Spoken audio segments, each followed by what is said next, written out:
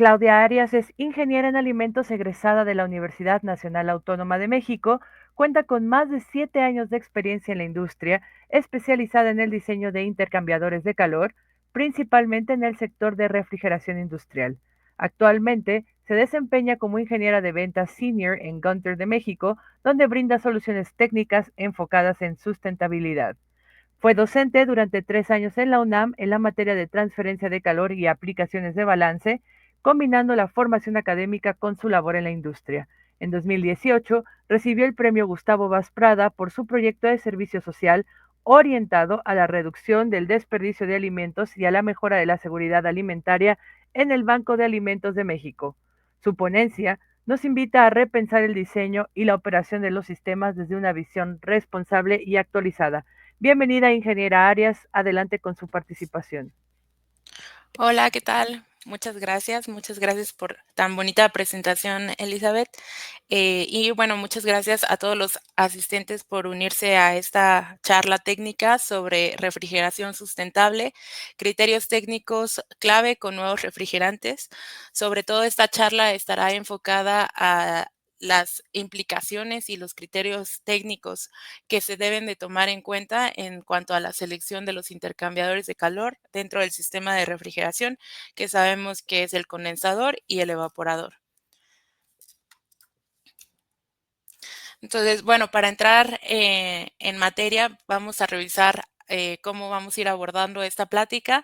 Primero vamos a hablar un poco sobre el contexto global, después sobre las alternativas a los HFCs, las mezclas azeotrópicas y zeotrópicas, su impacto en evaporadores y condensadores, la combinación que podemos hacer con distintas estrategias sustentables y finalmente daremos un espacio a conclusiones y preguntas.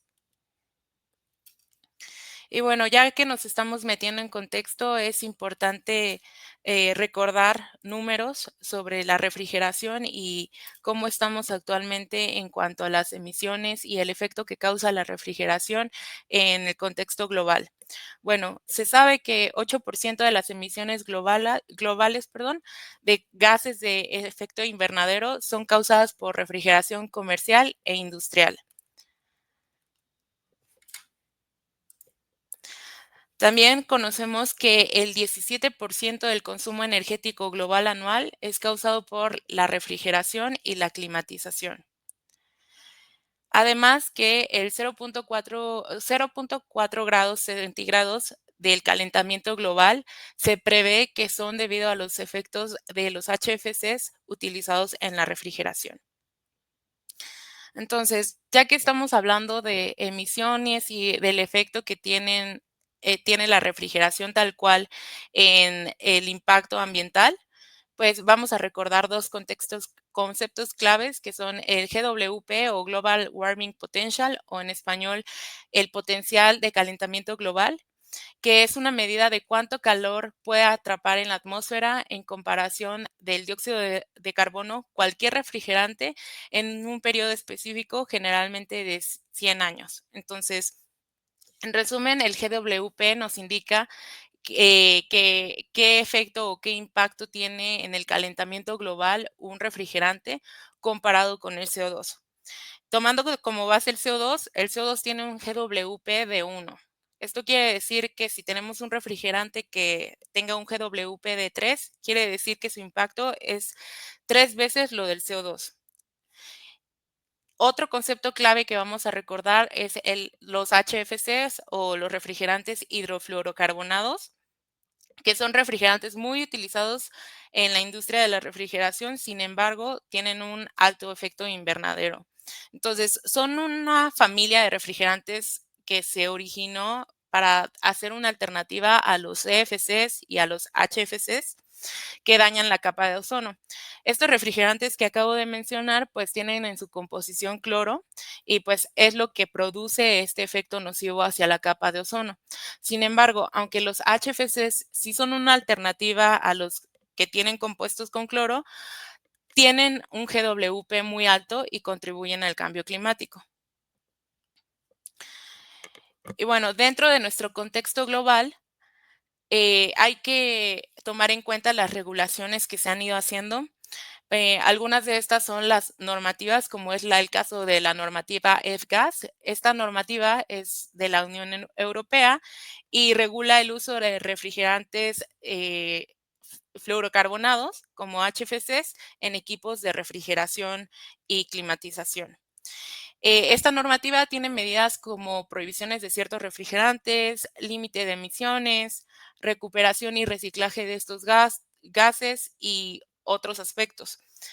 También aunado a ello vienen otras modificaciones bajo el Protocolo de Montreal, como la enmienda de Kigali, la cual ya no solo se centra en la Unión Europea, sino es una regulación que se extiende a todo el mundo y en la cual se tiene una agenda global. Aquí podemos observar una línea de tiempo, la cual empieza en 2016 y con la enmienda de Kigali, que se adopta bajo el Protocolo de Montreal. En 2019 tenemos que entra en vigor con los países que son los primeros que la ratificaron. Y después también en 2019, los países primeros en ratificarla son los que empiezan con la reducción gradual del uso de HFCs. ¿Ok? Entonces, a partir del 2024, otros países en desarrollo y economías en transiciones, tales como Latinoamérica, inician su reducción gradual de los HFCs. Ejemplos de estos países en Latinoamérica, México, Brasil y Chile, a partir de 2024 iniciaron con distintas regulaciones en donde con ayuda de la Comisión de la Organización de Naciones Unidas que se dedica a ver lo del medio ambiente, que es la UNEP, pues han ido reglamentando y han ido disminuyendo gradualmente el consumo y la implementación de sistemas con HFCs. Entonces, ¿qué es lo que se espera con la enmienda de Kigali? Que para el 2047 se reduzca el consumo de HFCs en más del 80%. Entonces, esta es la agenda que se tiene que seguir y ese es el objetivo global que nos indica la enmienda de Kigali y pues poco a poco se han hecho regulaciones locales. Ahora, también tenemos otros aspectos como lo son los ESG, que es un conjunto de criterios que las empresas utilizan para evaluar su impacto ambiental, responsabilidad social y prácticas de gobernanza, en las cuales, pues, bueno, que por sus siglas en inglés es ESG, que es Environmental Social Governance, en las cuales, pues, se miden distintos aspectos. Algunas de las cosas que se miden bajo estos criterios son las emisiones directas e indirectas, que en el contexto de refrigeración nos referiríamos a emisiones directas al uso de estos refrigerantes con GWP alto y una estrategia sería cambiarlos por unos refrigerantes de GWP bajo e indirectas, pues se refiere a cambiar a estrategias donde se pueda reducir el consumo energético y que el sistema de refrigeración tal cual no tenga más emisiones o se regulen estas. También regula los costos energéticos crecientes, es decir, en el contexto de la refrigeración estaríamos recomendando disminuir el consumo energético a través de sistemas de alta eficiencia energética o sistemas de recuperación de calor. Otra cosa que regula, recordemos que la sustentabilidad también va enfocada a la parte social y un aspecto que regulan los ESG son la responsabilidad corporativa, que dentro de nuestro contexto sería capacitar al personal para que sepa operar sistemas de refrigeración que son sustentables, que estén bien capacitados y que además se promueva una cultura de sustentabilidad dentro de la compañía y que pues se promueva esta mentalidad de ser lo más sustentables posibles. Y finalmente también marcan estos criterios una diferenciación competitiva, ¿no? Se sabe que actualmente hay muchas empresas, clientes, usuarios finales que valoran los aspectos de sustentabilidad en gran medida y pues algunos ejemplos sobre estas empresas que tienen en el centro de sus inversiones los criterios ESG son Nestlé, Unilever, Coca-Cola, Oxxo, Pepsi, entre otras. Entonces, estos criterios están cada vez más en el centro de las negociaciones, en las decisiones de inversión y pues los consumidores y usuarios finales buscan cada vez más empresas, fabricantes que se alineen a los valores que ellos tienen de sustentabilidad. Entonces, bueno, ya de aquí hasta aquí ya podemos sacar 2 conclusiones, ¿no? Que ya no podemos seguir utilizando HFCs y que tenemos que cambiar a sistemas más eficientes y sustentables. Entonces, ¿cuáles son las alternativas que tenemos en cuanto a los HFCs? Tenemos los naturales, como el CO2 y el propano, y los refrigerantes sintéticos, como los A2L. Entonces, para hablar de esto, yo ya mencioné que los refrigerantes sintéticos tienen un nombre A2L y para entrar en materia, vamos a recordar cómo los clasifica la ASHRAE de acuerdo a su estándar 44, en el cual hace una clasificación de acuerdo a la flamabilidad y a la toxicidad. Entonces, los niveles de toxicidad son nivel A o nivel B. A menor toxicidad, B mayor toxicidad. La flamabilidad va del 1 al 3. Entonces, cuando hablamos de refrigerantes A2L, estamos hablando de refrigerantes de baja toxicidad, de baja flamabilidad, sí, baja flamabilidad. Y L, aquí vemos una pequeña nota que L significa que su flamabilidad es baja y además la capacidad de llama o la propagación de llama también es de propagación lenta, ¿no? Entonces, en resumen, si los pudiéramos poner en distintos niveles, un refrigerante A1 tiene baja toxicidad y no es inflamable. Un ejemplo sería el R134. El A2L sería un refrigerante de baja toxicidad, inflamabilidad baja y con velocidad de llama limitada. Y el A3, baja toxicidad, altamente inflamable y como ejemplo de ello es el R290. ¿Ok?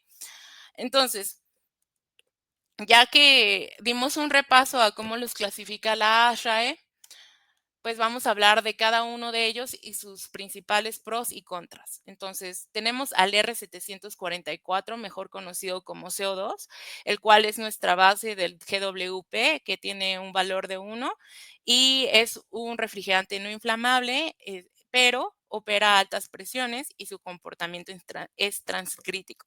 ¿Ok? Tenemos al R290, el cual es el propano, y su GWP es aproximadamente de 3. Es muy eficiente, pero tiene una alta flamabilidad. O sea, con un chispazo va a incendiar, ¿no? Entonces, pues ambos refrigerantes son muy buenos porque son naturales, sin embargo, tienen sus pros y contras o sus consideraciones en cuanto a un sistema de refrigeración. Lo ideal sería que todos los sistemas de refrigeración pudieran trabajar con refrigerantes naturales que ya tenemos disponibles en la atmósfera y que tienen GWPs muy, muy bajos. Sin embargo, pues es un reto bastante grande y por eso, como transición, se utilizan los refrigerantes sintéticos del tipo A2L. Un ejemplo de estos refrigerantes es el R454C, que tiene un GWP bajo, baja inflamabilidad y un glide moderado. Entonces, el glide moderado anda entre 0.5K y 6K, o algunos 8K. Entonces, ahorita vamos a entrar en detalle sobre qué es el glide. Dentro de los refrigerantes A2L también encontramos otros que, por ejemplo, refrigerantes como el R1234YF, que, dato curioso, este refrigerante es el que se utiliza en la industria automotriz por excelencia, es el refrigerante que utiliza la mayoría de los autos a partir de la reglamentación de la F-Gas, donde se prohibieron refrigerantes con GWP muy altos. La mayoría de los autos en Europa tienen este refrigerante R1234YF y bueno, probablemente esto se ha extendido a muchas partes del mundo ya. Vemos ahí una diferencia de colores. los primeros 4 refrigerantes que vemos en la lista son los que están todavía dentro de la recomendación de la enmienda de Kigali, y los demás, a pesar de que sí tienen GWPs más bajos que los HFCs, son más altos del límite que establece la enmienda de Kigali. Entonces, vemos refrigerantes como el R455A o el R454C, que fueron diseñados específicamente para cumplir con ese valor que exige la enmienda de Kigali. ¿Ok? Entonces, bueno, continuando con continuando con los puntos importantes que hay que considerar, aquí ya nos vamos a meter un poco en materia termodinámica, donde vamos a empezar a revisar algunos puntos termodinámicos importantes de los refrigerantes, como lo es el punto de burbuja y punto de rocío. Entonces, aquí tenemos una gráfica.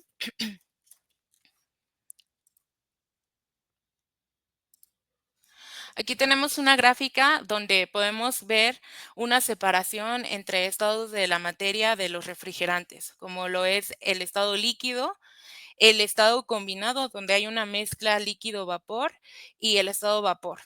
¿Ok? Entonces, nosotros tenemos distintas temperaturas a las cuales va a estar el líquido, está el vapor, y en el punto de transición en donde el líquido comienza a ser vapor y el vapor comienza a ser líquido, tenemos unos puntos a los cuales llamamos punto de burbuja y punto de rocío respectivamente. Punto de burbuja es el punto en el cual el líquido es a esa temperatura está, es la temperatura a la cual un líquido saturado comienza a hervir, ¿no? ¿A qué me refiero con líquido saturado? Un líquido totalmente 100% líquido comienza su ebullición y se forma su primer burbuja. En ese punto es el punto de burbuja. Posterior a eso vamos a tener una combinación líquido-vapor y después vamos a encontrarnos con otro punto que también marca el límite de la transición entre los cambios de estado, que es el punto de rocío. Entonces, el punto de rocío es la temperatura a la cual aparece la primera gota de líquido en un vapor saturado. Para no confundirnos, digamos que el punto de burbuja es la transición de líquido a vapor y el punto de rocío es la transición de vapor a líquido, ¿ok? Y bueno, a pesar de que aquí en esta diapositiva, pues viene el ejemplo del R134 con un GWP, por cierto, de 1430, no quiere decir que solo aplique para los refrigerantes.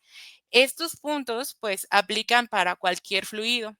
Y en este caso específico que estamos observando que el punto de burbuja y el punto de rocío, si lo graficamos con respecto a la temperatura, están en la misma temperatura, esto también aplica para cualquier componente puro, para cualquier refrigerante natural y cualquier mezcla a la cual vamos a llamar azeotrópica, que más adelante también entraremos en detalle. Pero para que lo podamos entender mejor también, como ya mencioné, aplica también para cualquier componente puro. Entonces, como es el caso del agua, eh, imaginemos pues que el agua tiene, o más bien, no imaginemos, es un hecho que el agua tiene un punto de burbuja y un punto de rocío a la misma temperatura. Y nosotros en la vida cotidiana lo podríamos ver. Entonces, supongamos que ponemos en una olla a hervir agua, ¿no? Entonces, prendemos la estufa y empieza a calentarse el agua. El punto en el que existe la primer burbuja de hervor en el agua, ese sería nuestro punto de burbuja, ¿ok? Ok, continuamos entonces el proceso, ya el agua se empieza a evaporar y todo eso. De repente agarramos una tapa de vidrio y lo tapamos, ¿no? Si queremos, le apagamos a la estufa y simplemente lo tapamos. La tapa de vidrio tiene una menor temperatura. Entonces, cuando yo lo tape, el vapor que va a querer salir y que va a chocar con la tapa de vidrio, pues se va a quedar ahí. ¿Y qué va a pasar? Que ese vapor se va a empezar a condensar, o sea, que va a pasar de estado gaseoso a estado líquido. Se van a empezar a formar unas pequeñas gotas y la temperatura a la cual se forma la primera gota va a ser la temperatura de punto de rocío, ¿ok? Entonces, pues eso es básicamente, si bien aquí lo estamos aplicando para refrigerantes, que en este caso el R134 es un refrigerante que se comporta como un compuesto puro, y cualquier refrigerante, como ya lo mencionaba, cualquier natural, cualquier refrigerante natural o cualquier mezcla azeotrópica, el punto de burbuja y el punto de rocío van a estar a la misma temperatura, ¿ok? Entonces, pues ahora sí vamos a empezar con lo de mezclas azeotrópicas. Eh, ¿Qué quiere decir esto? Bueno, las mezclas azeotrópicas no son compuestos puros, pero son eh, fluidos que tienen varios componentes que ya en la mezcla va a estar a la misma, van a tener comportamientos muy similares en cuanto a evaporación y a condensación. ¿Qué quiere decir esto? Que en compuestos puros y mezclas azeotrópicas, como ya lo mencioné, el punto de rocío y el punto de burbuja ocurren a la misma temperatura. Tal es el caso del R507 con un GWP de 3985. ¿Y esto cómo lo trasladamos a los sistemas de refrigeración? Bueno, aquí vamos a ponerlo ya en un diagrama de Molière, que yo sé que a lo mejor dentro de los asistentes hay muchas personas que ya lo conocen al derecho y al revés, pero posiblemente para algunos es la primera vez que lo ven. Este diagrama de Molière es una graficación de las distintas propiedades termodinámicas de un fluido, específicamente lo utilizamos para los refrigerantes, en el cual pues vamos a tener graficados en el eje vertical las presiones, en el eje horizontal las entalpías, y vamos a tener esta pequeña campana que nos va a marcar la diferencia entre fases. Entonces, fuera de la campana del lado izquierdo vamos a tener la fase líquida. Fuera de la campana del lado derecho vamos a tener la fase vapor. Y dentro de la campana vamos a tener una fase intermedia que es una mezcla entre líquido y vapor. ¿Ok? Entonces, entre más yo esté del lado derecho, va a ser más vapor. Entre más esté del lado izquierdo, va a ser más líquido. ¿Ok? Entonces, bueno, graficándolo, yo voy a tener en el eje vertical pues distintos valores de presión, y si hago una línea que los atraviese, pues vamos a tener presión constante. Y dentro de un sistema de refrigeración, pues vamos a estar operando en presiones de alta presión y baja presión. ¿Ok? Además de esto, que ya empezamos a rayar la gráfica, vamos a tener unas líneas que vamos a llamar isotérmicas. Lo que queremos decir es que cualquier temperatura que esté sobre una de las líneas va a ser constante. Entonces, desde aquí hasta acá, mi temperatura va a ser constante, y voy a tener una línea isotérmica que va a coincidir con el punto de alta presión y otra línea isotérmica que va a coincidir con el punto de baja presión. Sin embargo, obviamente en esta diapositiva, pues solo marqué las líneas de alta presión, baja presión y las líneas coincidentes de isotermas, eh, pero ya sabemos que aquí entre estas puede haber n número de líneas, ¿no? Dependiendo de los grados de temperatura. Después ya vimos que a cada presión corresponde un punto de burbuja y un punto de rocío. Entonces, en un sistema de refrigeración vamos a tener punto de burbuja en alta presión y punto de burbuja y punto de rocío en alta presión también. Por lo tanto, también vamos a tener punto de burbuja en baja presión y punto de rocío en baja presión. Ahora, a este diagrama le vamos a agregar nuestro proceso de refrigeración, nuestro ciclo de refrigeración, en el cual, pues aquí voy a partir de una mezcla, o se puede, pues dependiendo del ciclo de refrigeración que estemos evaluando, pero vamos a partir de una mezcla, en el caso de los de expansión directa, de una mezcla, la vamos a evaporar, vamos a llegar al punto en el que está de vapor saturado, o sea, al punto recién donde se está alcanzando el 100% de vapor.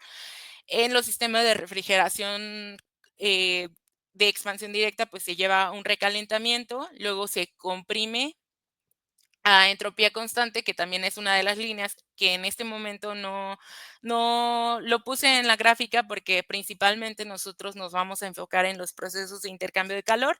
Acá se comprime, luego se lleva a cabo la condensación desde una temperatura, pero si observamos, a partir de que ya tenemos, digamos, el vapor saturado, el punto de vapor saturado, la condensación ocurre a una presión y a una temperatura constante. Posteriormente, sí, en sistemas de refrigeración se hace un enfriamiento para poder aumentar el efecto refrigerante y luego se expansiona, ¿no? Pero lo que quiero que nos quedemos en mente es la evaporación y la condensación en las mezclas azeotrópicas ocurren a temperatura y presión constante. Entonces, aquí lo vemos, el proceso de evaporación ocurre a una presión de baja y a una temperatura constante. Aquí vemos su isoterma. Y el proceso de condensación también ocurre a una presión y a una temperatura constante. ¿Ok? Y aquí tenemos los otros dos procesos del sistema de refrigeración, en el cual pues no vamos a entrar en detalle en esta ocasión, pero pues es la compresión y la expansión. Entonces, quizás se haga de repente muy redundante, pero créanme que en la actualidad pues muchos de los errores de operación se deben a que en el diseño no se toman en cuenta los puntos de rocío y de burbuja, entonces a lo largo de la presentación me van a escuchar repitiéndolo, pero recordemos que en los compuestos puros y mezclas azeotrópicas, como los refrigerantes R de la serie R500, que así los clasificó la ASHRAE, que son mezclas azeotrópicas, el punto de rocío y punto de burbuja ocurren a la misma temperatura y a la misma presión. O sea, en otras palabras, la evaporación y condensación ocurren a temperatura y presión constante. Otro caso muy diferente es el que ocurre con las mezclas zeotrópicas. En las mezclas zeotrópicas son mezclas que tienen componentes, sí, pero no se comportan de la misma forma cuando de ebullición se trata. Por ejemplo, el R454 es una mezcla de R1234YF y R22. Tiene 78.5% de R1234YF y de R32 tiene 21.5%. Entonces, cada uno de ellos ebulle a distinta temperatura. Y esto dificulta bastante el llegar a una temperatura uniforme y poder establecer el punto real al cual evaporan toda la mezcla. Por lo tanto, pues, por ejemplo, de esta mezcla, mi refrigerante, el cual es más volátil, es el que va a ebullir primero, siendo el más volátil el R22. Entonces, el R22 va a empezar a evaporarse, se va a seguir calentando en lo que el R1234 por fin alcanza su temperatura de ebullición, ¿no? Entonces, pues voy a ir teniendo un comportamiento no uniforme a lo largo de la evaporación y pues esta diferencia se va a marcar en los puntos de burbuja y punto de rocío, que aquí vemos la misma gráfica que teníamos en el otro caso, en donde vemos las distintas fases y vemos que el punto de burbuja está a una temperatura y el punto de rocío está a otra mayor. Entonces, esta diferencia de temperaturas es lo que llamamos glide. Y en el caso del R454, dependiendo también la referencia, pues está entre un valor de 6 a 8 Kelvin, ¿ok? Entonces, con esto, pues determinamos que esta pequeña desviación que existe entre punto de burbuja y punto de rocío, lo que llamamos glide, es esta diferencia de temperaturas y que va a marcar algo clave, que es que el punto de burbuja siempre está a una temperatura menor que el punto de rocío a una presión constante. En mi sistema de refrigeración, ¿cómo lo puedo ver? De nuevo, tenemos nuestro diagrama de Molière, tenemos nuestra separación de fases, Tenemos nuestras líneas de presión constante, esas no van a cambiar porque si algo controlo yo en el sistema de refrigeración es la presión a la que opero. Entonces voy a tener mi alta presión, baja presión y voy a tener mis líneas isotérmicas, pero estas se ven diferente. Estas no son rectas dentro de la campana, sino tienen una inclinación. Esta inclinación se debe a ese desplazamiento o deslizamiento que llamamos glide.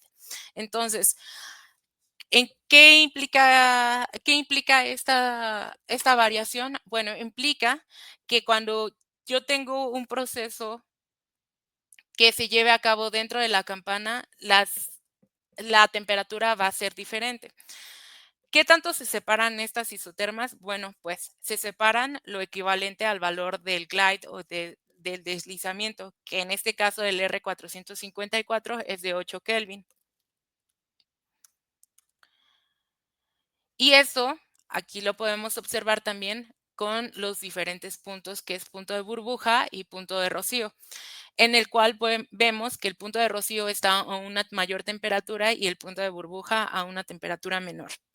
Y lo mismo va a pasar tanto en alta como en baja presión. Los puntos de burbuja y rocío van a estar separados en cuanto a temperaturas, lo del glide, que son 8 Kelvin. Si nosotros a esto le agregamos nuestro sistema de refrigeración, pues vemos que el proceso de evaporación parte del valor de temperatura de un punto intermedio entre burbuja y rocío y termina en rocío, ¿no?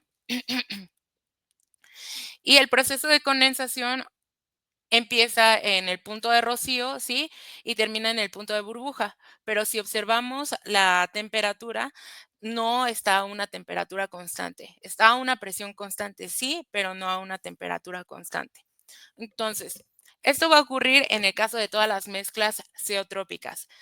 El punto de burbuja ocurre a una menor temperatura que el punto de rocío a una presión constante, lo que significa que la evaporación y condensación ocurren a presión constante, pero en un rango de temperaturas entre el punto de burbuja y el punto de rocío. ¿Ok? Y aquí, comparándolo lado a lado, pues observamos, a pesar de que es un ciclo de refrigeración muy similar, la evaporación y la condensación ocurren en el caso de las mezclas geotrópicas en un rango de temperaturas y no a una temperatura constante. Y lo que sí podemos mantener fijo, pues es la presión.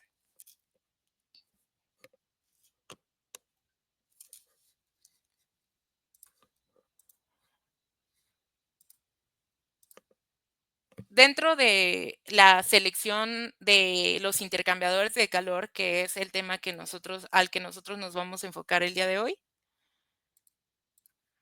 Mm, Perdón, una disculpa. Dentro de la selección de los intercambiadores de calor, pues nosotros al final como fabricantes vamos a enfocarnos en dar un área determinada para poder llevar a cabo un proceso térmico, que en este caso es la evaporación o la condensación. Entonces, regresando un poquito a las bases, que tampoco vamos a entrar mucho en detalle, pero regresando a las bases de transferencia de calor, cuando nosotros calculamos un intercambiador, vamos a calcularlo con base en la capacidad que va a intercambiar, que va a ser igual sobre el área de transferencia, que va a ser igual a un coeficiente global de transferencia de calor por un diferencial de temperatura medio logarítmico. Y viéndolo así a simple revisión de la ecuación, pues vemos que el LMTD o el diferencial de temperatura medio logarítmico, estas son las siglas de todo ese nombre, es inversamente proporcional al área de transferencia. Lo que quiere decir es que si yo tengo un LMTD alto, voy a tener un área baja, y si yo tengo un LMTD bajo, voy a tener un área mayor. ¿Y cómo se calcula el LMTD? Bueno, pues se calcula con el diferencial de temperatura de los dos fluidos que van a intercambiar calor. En el caso de condensadores y evaporativos, pues el refrigerante está intercambiando calor con el aire. En el caso del evaporador, pues el aire se va a enfriar y el refrigerante no solo se va a calentar, sino que se va a evaporar. Entonces, para entrar un poquito en cómo se calcula el LMTD, se va a calcular con las diferencias de temperaturas que se tengan de acuerdo a cómo entran al intercambiador de calor. Entonces, para un flujo contracorriente en donde uno está entrando por un lado y otro está entrando por el otro, se calcula sobre la diferencia que tiene, por ejemplo, la temperatura de entrada de uno de los fluidos contra la temperatura de entrada del otro de los fluidos. A esto le voy a llamar diferencial de temperatura 1. Y del otro lado, pues va a estar la temperatura de salida del fluido, en este caso caliente, y la temperatura de entrada del fluido frío. ¿Ok? Entonces, a esto lo sustituyo y me da esta ecuación. ¿Sí? Y esta es la forma en la que se calcula el LMTD, que si bien nosotros los fabricantes pues, no lo calculamos a mano, sino ya se pone en un software de selección, pues es un determinante sobre qué cantidad de metros cuadrados de superficie va a tener el intercambiador y que influye desde luego en el costo y en la transferencia de calor que pues nosotros tenemos que considerar en el diseño. Entonces, bajo este concepto también vamos a tener el otro caso, cuando los fluidos estén entrando sobre el mismo lado, por así decirlo, del intercambiador y que se esté manejando un flujo cocorriente. Entonces, el diferencial va a cambiar porque ahora el diferencial 1 va a ser la temperatura de entrada de uno menos la temperatura de entrada del otro y el segundo diferencial va a ser la diferencia entre las temperaturas de salida de los fluidos. Y si lo sustituimos, da algo así. Entonces, esto es muy importante para el cálculo de área. Ahora, ¿cómo influye el glide? Que recordemos es el deslizamiento en esto de la selección y cómo se relaciona con el LMTD. Bueno, como no tenemos eh, una temperatura uniforme a lo largo de los procesos de intercambio de calor, entonces esto ocurre a lo largo de un rango de temperaturas, pues el LMTD, que es el que calculamos con relación al aire, todo el tiempo va a ir cambiando. Por lo tanto, nuestro proceso de evaporación va a ocurrir en un rango entre burbuja y rocío y el efecto del diferencial en el aire con el fluido secundario va a tener relevancia en cómo opera y se tiene que cuidar mucho para que el equipo que se seleccione sí dé la capacidad que nosotros estamos buscando. Viéndolo ya con valores, aquí vamos a tener por ejemplo, ya en un ejemplo práctico, en el caso de un equipo que ya esté seleccionado, cuya área ya esté delimitada, y vamos a tener las condiciones de operación. Del lado izquierdo vemos que es un equipo que tiene una temperatura de evaporación el refrigerante de 25 Fahrenheit, maneja un delta T con respecto a la temperatura del aire de 15 grados Fahrenheit, la temperatura del aire por lo tanto está en 40 grados Fahrenheit y un sobrecalentamiento de 5 Kelvin. ¿Ok? Entonces, hay dos métodos de selección dentro de los evaporadores. El primero es para los refrigerantes con Glide. El primero es temperatura de rocío, en el cual yo estoy considerando que la evaporación se lleva a cabo en esta temperatura de rocío. No estoy considerando el rango de temperatura real.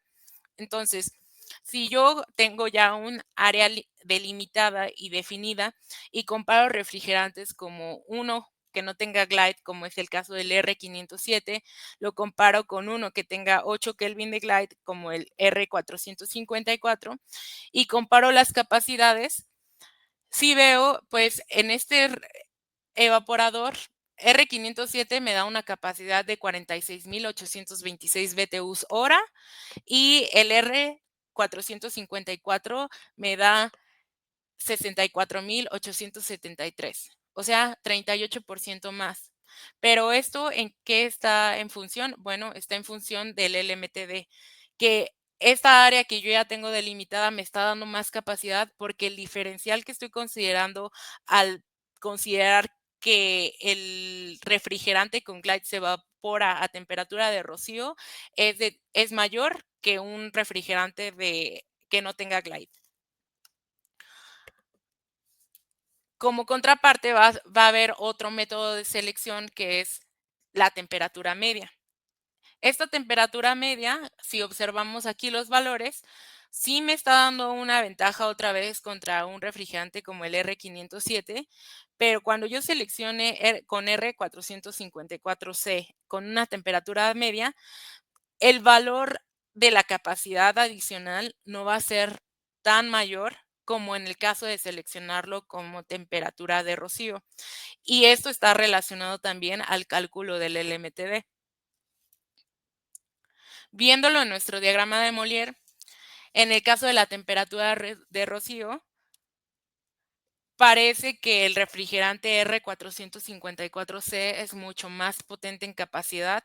Sin embargo, si observamos qué temperatura nos está tomando en cuenta, que es la de punto de rocío, está sobreestimando la capacidad del evaporador porque el LMTD que está calculando con respecto al aire es mayor y por lo tanto está sobreestimando la capacidad y por eso nos da un porcentaje mucho mayor que un R507. Pero nosotros sabemos que esto es poco realista y que no es lo que ocurre en la realidad, ya que la evaporación no ocurre a esta temperatura de punto de rocío, sino ocurre a una temperatura intermedia entre burbuja y rocío. Por lo tanto, si nosotros nos quedamos con esa idea, podríamos estar cometiendo un error. Y aquí lo podemos ver mejor con el diferencial que tenemos con respecto al aire. Entonces, yo tengo una temperatura de entrada del aire, la cual va a ir disminuyendo, y el refrigerante que entra a contracorriente va a entrar y con punto de rocío yo estoy suponiendo que esta temperatura se mantiene constante a lo largo de la evaporación a la temperatura de punto de rocío y luego, bueno, tendrá un sobrecalentamiento. Pero estoy descartando el punto de burbuja, el cual, ¿dónde está? Bueno, en primer lugar, muy olvidado y aquí hasta abajo, ¿no? Y 8 Kelvin abajo del punto de rocío. Entonces, esa forma de selección lo que está suponiendo es, pues, que tenemos un diferencial medio logarítmico respecto al aire mucho mayor y que, por lo tanto, si tenemos un evaporador que ya está definido con área limitada o definida, pues el mismo evaporador me va a dar más capacidad, lo cual es incorrecto. Ahora veamos la otra forma de seleccionar, que sería el método de temperatura media. Esta temperatura media sí está considerando que la evaporación se da desde el punto de burbuja al punto de rocío y está considerando una temperatura intermedia entre estas, que se acerca más al comportamiento real que tiene un evaporador o un refrigerante a lo largo de un serpentín de un evaporador. Entonces, el rendimiento del equipo está mucho mejor representado, a pesar de que no me vaya a dar más capacidad, porque en realidad no lo está dando, sino que está más balanceado y está suponiendo un diferencial mucho más acorde a la realidad.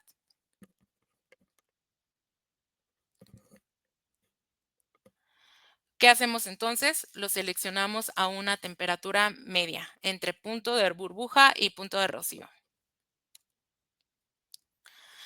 Ahora, esto no solo pasa en los evaporadores, sino pasa en cualquier intercambiador del calor del sistema, que en este caso solo tenemos dos opciones, o evaporador o condensador, y en el caso del condensador ocurre exactamente lo mismo. Entonces, igual mi superficie de intercambio va a estar en función del LMTD y la condensación en el caso de un refrigerante zeotrópico, pues va a estar a presión constante, sí, pero a temperaturas distintas.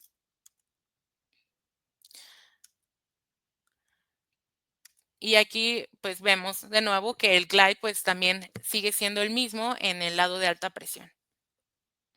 ¿Qué pasa si yo tengo, por ejemplo, un condensador que ya esté operando y el cual pues vaya yo a pedirle a un punto en la condensación, pero por este mismo glide en la condensación va a tener que salir a una temperatura menor de la cual está diseñado el sistema. Bueno, en primera instancia, si hace frío en el ambiente, probablemente lo logre, pero si no, el condensador no va a dar la capacidad, ya que el condensador ya está diseñado bajo una temperatura de condensación definida, y si yo de repente pido que baje más la temperatura, pues el condensador va a quedar subdimensionado. Entonces, en la condensación ocurre exactamente lo mismo que en la evaporación.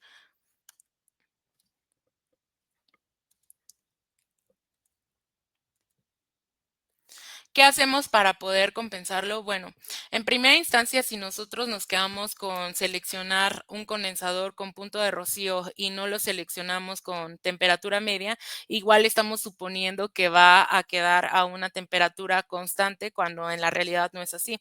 Entonces, todo el sistema se va a desajustar. Para poder compensarlo, el compresor va a tener que aumentar su relación de compresión o en su defecto, pues va a haber sobrecalentamiento, va a estar mal calibrado el general, el sistema, o el condensador no va a dar porque va a quedar subdimensionado. Entonces, ¿qué hacemos? Pues también seleccionamos el condensador con una temperatura media. Entonces, para que no tenga condiciones difíciles de cumplir. Y lo que mencionaba hace un momento, si yo reduzco o pido que el condensador me dé una temperatura de salida menor a la que fue diseñado y el aire que tenga en el ambiente no cumple con el diferencial para poder llevar a cabo ese proceso de condensación, entonces, pues, esas condiciones van a ser difíciles de cumplir, en especial, por ejemplo, cuando tenemos temporadas de mucho calor, como es el caso de la temporada de verano.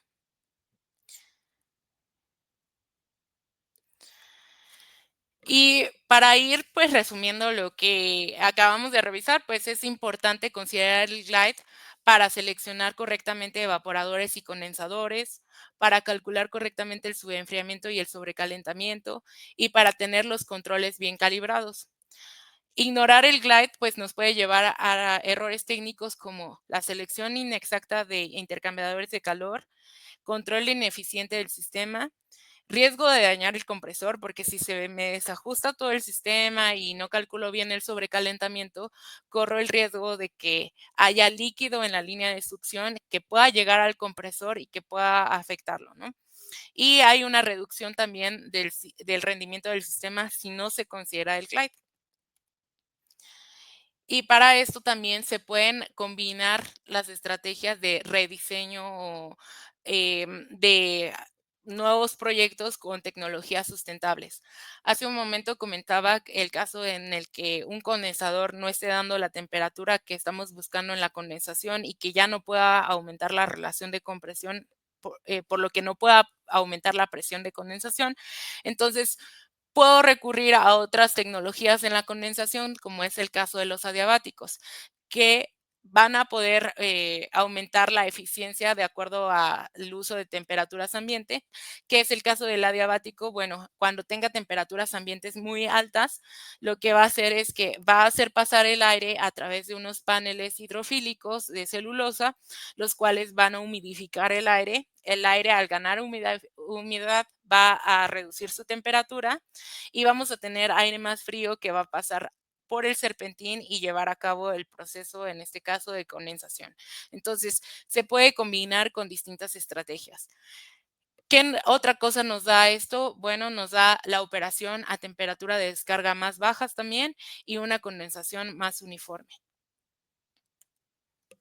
Para ir cerrando, pues vamos a ver un caso práctico comparando equipos en los cuales vamos a ver la comparación ya de un equipo en específico, de un evaporador, operando con R507A y lo mismo operando, el mismo equipo operando con un A2L que es el R454C con temperatura de rocío que ya vimos que no es la más recomendada y temperatura media. Entonces, tengo un área definida ya. En el R507 me da una superficie aproximada de 40.6 kilowatts. con una evaporación de -5, un sobrecalentamiento de 5 y una condensación de 45. ¿Ok?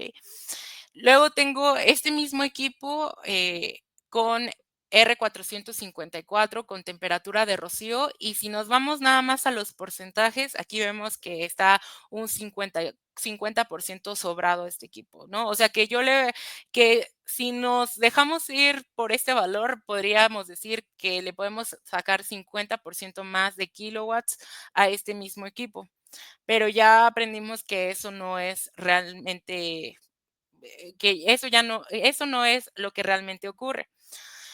Y tenemos un R454C, el cual lo vamos a operar a temperatura media. Vemos que la superficie de reserva no es tan exagerada como la de temperatura de rocío.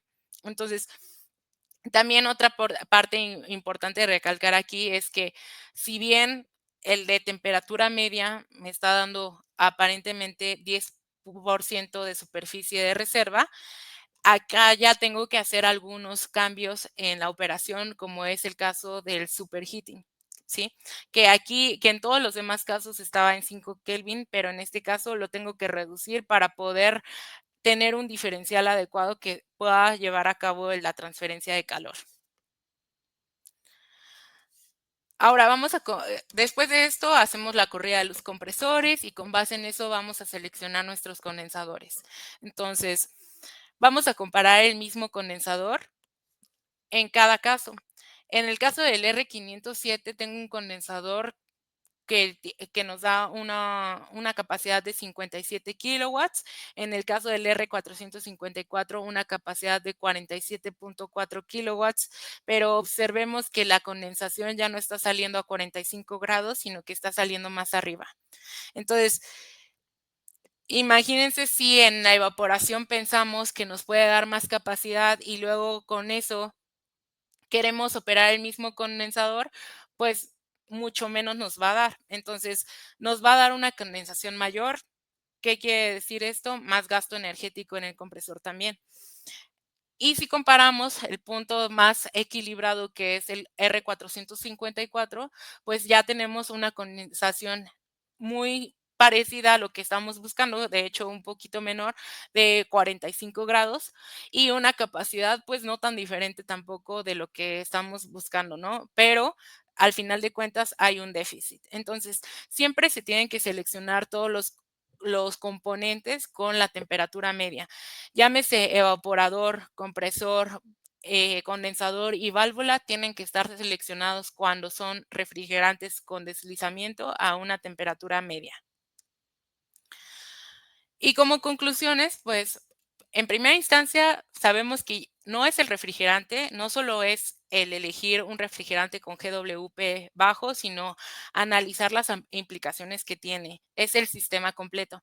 La sustentabilidad, pues, implica considerar el refrigerante, pero también implica hacer los ajustes y saber cómo va a operar en un evaporador y un condensador, tomar en cuenta el deslizamiento, la carga segura y la aplicación en específico.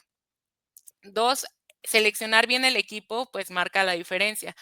Actualmente hay muchos errores de selección en los cuales están considerando temperaturas de punto de rocío, lo cual ya vimos que es incorrecto, que es sobreestimar la capacidad real del sistema de refrigeración. Y pues es muy importante entender el perfil térmico del refrigerante y considerarlo para el diseño del serpentín, tanto en el condensador como en el evaporador. Y finalmente, que la eficiencia, pues, también es estratégica. Si bien voy a tener, condiciones de operación favorables dentro de ciertas horas al año, también hay otras tecnologías, como el uso de adiabáticos, que nos permiten aprovechar el clima para reducir el consumo energético y la huella de carbono, entre otros recursos como el ahorro de agua. Entonces, pues estas serían las conclusiones y los puntos más relevantes a considerar de criterios técnicos con el uso de refrigerantes como el A2L y cualquier mezcla que tenga distintos puntos de evaporación en sus componentes. Y bueno, con esto finalizo y no sé si tengan alguna pregunta. Muchísimas gracias por este enfoque tan oportuno y profundo sobre la transición hacia refrigerantes más sostenibles por parte de la ingeniera Claudia Arias. Sin duda fue una charla que invita a la reflexión y la acción técnica inmediata. Vamos ahora con las preguntas que han enviado desde el chat. Y, por ejemplo, Rosas Juan nos pregunta, ¿con qué presiones trabaja el R290? Mm, pues, bueno, va a depender, pero, sí es un refrigerante también que es bueno para aplicaciones de media temperatura, entonces es un refrigerante adaptable para las aplicaciones de refrigeración comercial.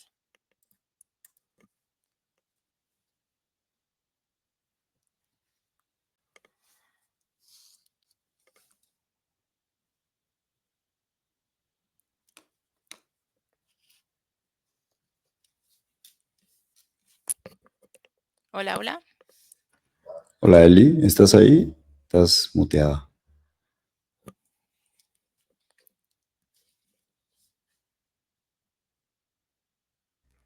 Bien, otra de nuestras preguntas es, Claudia, al trabajar con mezclas zeotrópicas como el R45, 454C, ¿qué estrategias de cálculo y simulación recomiendas para reflejar con mayor precisión el efecto de glide en el dimensionamiento de evaporadores y condensadores?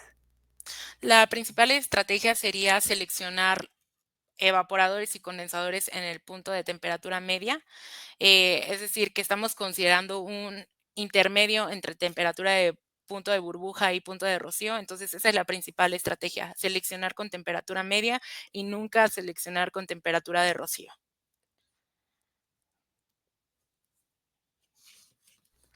Muchas gracias. Mariana Torres nos pregunta, dado el marco regulatorio actual, especialmente tras las enmiendas de Cagil y normativa F-Gas, ¿cuál consideras que es el mayor reto para la implementación masiva de refrigerantes A2L en Latinoamérica desde la perspectiva de cumplimiento y seguridad? Bueno, los A2L es un refrigerante que sí es buena transición entre los HFCs y los naturales. Lo ideal sería que la mayoría o todos los sistemas pudieran trabajar con refrigerantes naturales, pero no es el caso. Entonces, pues el principal reto de los A2L es justamente el dimensionamiento sobredimensionar o sobreestimar más bien los sistemas actuales de HFCs sería un error si utilizamos criterios como seleccionar con la temperatura de rocío, perdón. Entonces, pues, principal reto es que todos tengan en cuenta que refrigerantes A2L que tienen deslizamiento, se tiene que reseleccionar y reajustar todo el sistema completo para que operen a las condiciones que nosotros queremos controlar. Se tiene que reseleccionar o ajustar el sobrecalentamiento, el subenfriamiento, revisar realmente la capacidad que esté dando los equipos ya instalados y pues para proyectos nuevos, pues considerarlos desde el inicio del proyecto. Perfecto. Felipe Ruedas nos pregunta, hola ingeniera Claudia, ¿en qué tipo de equipo se usa la marca Gottner? Sinceramente no los he visto ni en cámaras de refrigeración. Bueno, Goodner se utiliza en todos los procesos que lleven a cabo intercambio de calor. Si bien ahorita estamos en un foro de refrigeración, pues está en refrigeración industrial, en refrigeración comercial, en aplicaciones de EPC que son enfriamiento de fluidos, los podemos incluso encontrar en HVAC. Entonces, los podemos encontrar como enfriadores de aire, como calentadores de líquido, como en el caso de refrigeración, evaporadores, bueno, evaporadores, enfriadores de aire, los podemos encontrar como torres de enfriamiento de circuito cerrado. En el caso de nuestra marca, pues tenemos torres de enfriamiento de circuito cerrado de acero inoxidable. También tenemos sistemas adiabáticos como son los high density adiabáticos, los jumbo adiabáticos.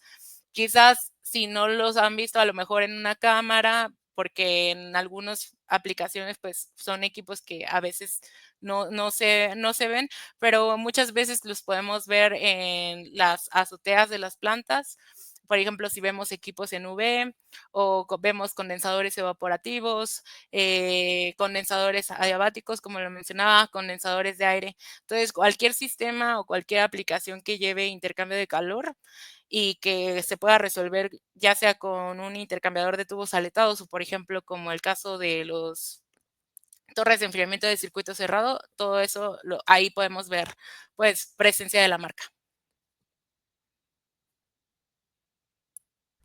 Aquí tenemos otra pregunta de Kelly Castillo, que nos dice, muy buenas tardes, ingeniera. ¿El R1234IF está preparado para ser utilizado en México o seguimos con el 134A, 600 y 404?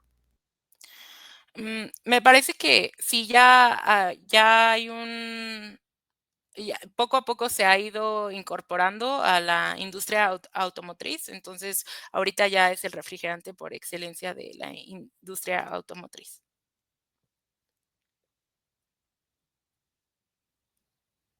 Ok, nuestra siguiente pregunta es de Javier Gómez López y él pregunta, ¿cómo seleccionar el refrigerante adecuado para un retrofit de un sistema ya instalado? Bueno, pues se puede seleccionar con base en la capacidad. Se pueden hacer distintas corridas tanto o sea, del evaporador o del sistema que ya está instalado a distintos refrigerantes y considerando los parámetros o los criterios que mencionamos en la presentación, pues se puede ver cuál es el que da mejor capacidad o cuál es el que está más acercado a las necesidades del proyecto. Bien, otra de nuestras preguntas es de Jorge Medina y él nos hace esta pregunta. En la práctica diaria, ¿cómo podemos capacitar adecuadamente a los instaladores y técnicos para evitar errores críticos al ignorar el grid durante la selección y puesta en marcha de equipos con mezclas serotópicas? Yo creo que es clave tener contacto con tanto los contratistas, los diseñadores del sistema y también en ciertos aspectos con los fabricantes. Muchas veces hay cursos de capacitación, de actualización, donde se pueden hablar de estos temas y cómo influyen en cada componente en particular. En el caso de los compresores o en el caso de los intercambiadores de calor, por ejemplo, con Gutner, pues siempre está el soporte técnico para las personas que así lo deseen y cualquier duda que se pueda resolver a través de los contratistas o directamente con el fabricante también se puede resolver y capacitar a las personas. Muchas gracias. Nuestra siguiente pregunta es de Ricardo Espinosa y dice, en el caso práctico que presentaste, ¿cuál fue el impacto concreto en términos de consumo energético y desempeño del sistema al utilizar el R454C frente a un refrigerante de referencia como el R507, considerando condiciones reales de operación? Bueno, para evaluar también el consumo energético es importante también meterse a la parte de, pues, desde luego de los compresores. En el caso de la presentación, pues, el impacto que a mí me interesa mostrar es que en realidad si observamos el uso de distintos refrigerantes y distintos métodos de selección, podemos ver que hay valores que pueden ser engañosos, como es el caso de seleccionar con temperatura de rocío un evaporador, el cual aparentemente da más capacidad, pero si nosotros nos vamos con ese efecto, pues vamos a afectar a otros componentes del sistema, como el compresor, y vamos a causar más gasto energético. Entonces, sí, se puede hacer un caso práctico donde se mida ya el COP y otros parámetros, pero en este caso, pues no, no vi pues necesario entrar en el detalle, ya que la presentación pues es sobre todo de los intercambiadores de calor en el sistema.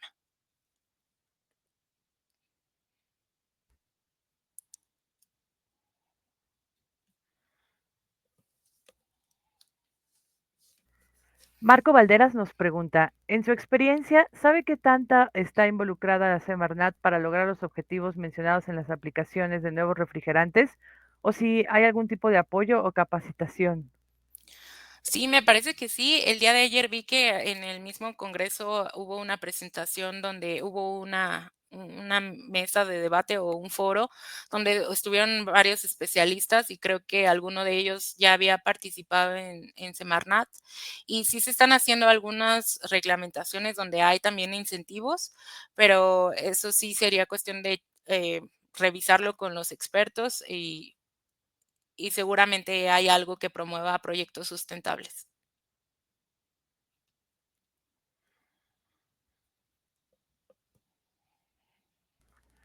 Muchas gracias. Otra de nuestras preguntas es, ingeniera, mencionó la importancia de usar el punto de burbuja y de rocío correcto.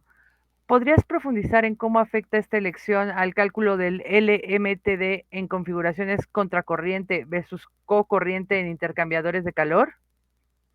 Claro que sí. Bueno, aquí me voy a regresar un poco.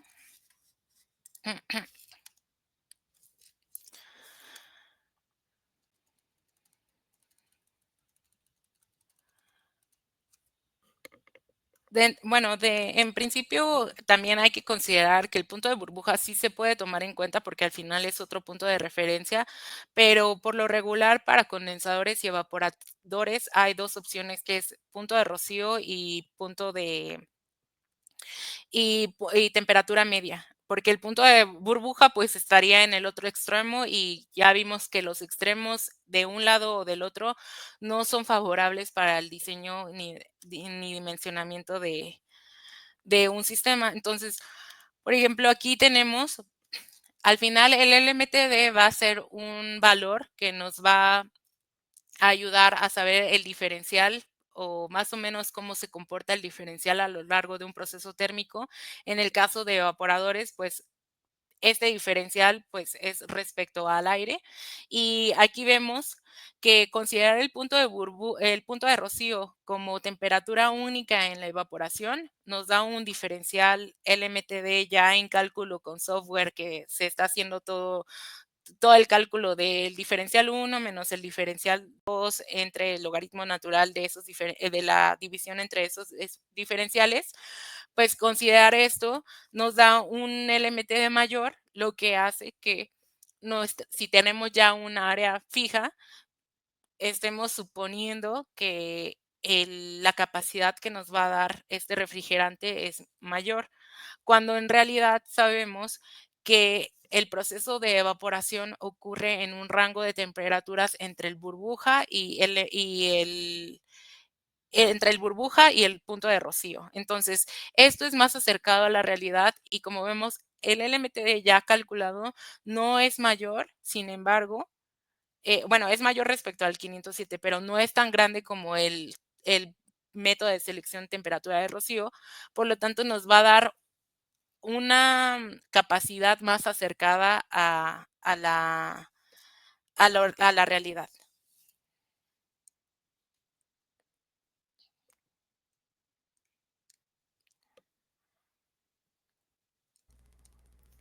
Tenemos otra pregunta de Fernando Rivas, quien le pregunta, ¿qué parámetros específicos deben monitorearse con mayor rigor al operar sistemas con R744?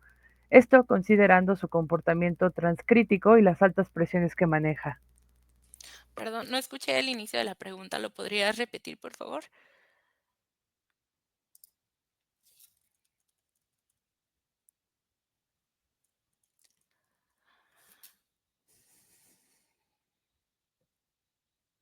Bueno, bueno. Dame un segundito, déjale, digo a Eli.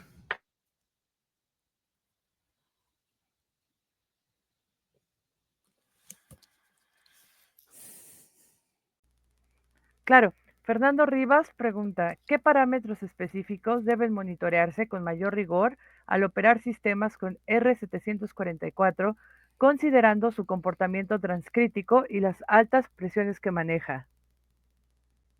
Pues las presiones que esté operando el sistema dentro de las presiones que buscamos y que seteamos y que tenga sobre todo mucha seguridad de válvulas de seguridad y en caso de una sobrepresión pues se pueda desfogar el CO2 al ambiente.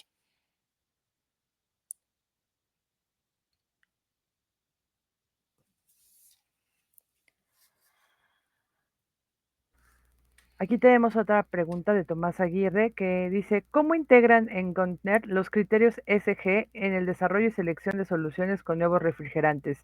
¿Hay métricas claves que estén siguiendo? Sí, claro. Por ejemplo, en proyectos, pues nosotros, nuestra filosofía es tener un proyecto lo más sustentable posible o sostenible posible, ¿no? Entonces, ¿qué quiere decir eso? Buscar un equilibrio entre lo económico y lo del ahorro de agua, por ejemplo, para el caso de los adiabáticos, siempre impulsamos el uso de estas tecnologías y mostramos al cliente el verdadero ahorro, tanto comparándolo con el recurso energético como el recurso hídrico, para que sea una selección lo más a la medida posible y que esté con base en los requerimientos del cliente, ¿no? Eso en cuanto a nuestra visión externa, y en nuestra visión interna también somos una compañía, pues, muy enfocada también en nuestra responsabilidad social, nuestra responsabilidad ambiental y también, pues, nuestra contribución pues, a lo exterior, a lo económico, que todo esté en relación y en concordancia.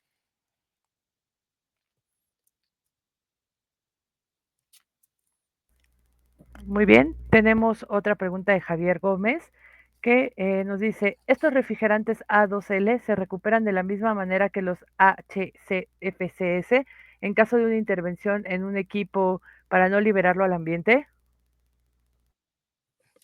Esa es buena pregunta. La verdad, no sabría contestarla, ya que no, pues no soy la especialista de refrigerantes en este caso, pero pues con mucho gusto también lo podemos investigar y está mi contacto también. Si gustan, también lo podemos revisar. Eso, ¿qué implicaciones tiene en cuanto a la liberación? Muchas gracias. Eh, Tenemos una última pregunta que dice, ¿qué margen de error representa calcular la capacidad de evaporación usando solo la temperatura de rocío en mezclas aerotrópicas, sin considerar la media térmica real del refrigerante? Bueno, va a depender de cada caso. En términos prácticos, por ejemplo, en el caso del ejemplo que puse en la presentación, pues, de entrada tenemos un error aproximado en los evaporadores como del 38% de la capacidad, ¿no? Una sobreestimación de la capacidad. Y en general de todo el sistema habría que evaluar la descompensación de hacerlo de esa forma, tanto en evaporador, condensador y compresor, y, pues, va a depender mucho de las temperaturas de operación y la aplicación que se maneje, pero sí es considerable. Ingeniera, muchas gracias. La ponencia nos deja mucho en qué pensar y sobre todo mucho por hacer. ¿Hay alguna reflexión final que le gustaría compartir con quienes han escuchado con tanta atención esta plática? Bueno, pues primero que nada, muchas gracias a todos por el interés en esta plática. Agradezco mucho a quienes se conectaron y bueno, recordar que siempre es bueno contar con la opinión y los criterios de los expertos, que en este caso podrían ser los fabricantes, los contratistas y todo para poder llevar a cabo el proyecto de una mejor manera y evaluarlo realmente el efecto de sustentabilidad que se está buscando.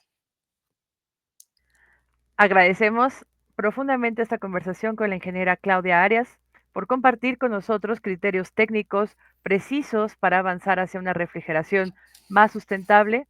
Gracias de verdad por sumar su conocimiento a esta jornada. Muchas gracias a todos. Hasta luego.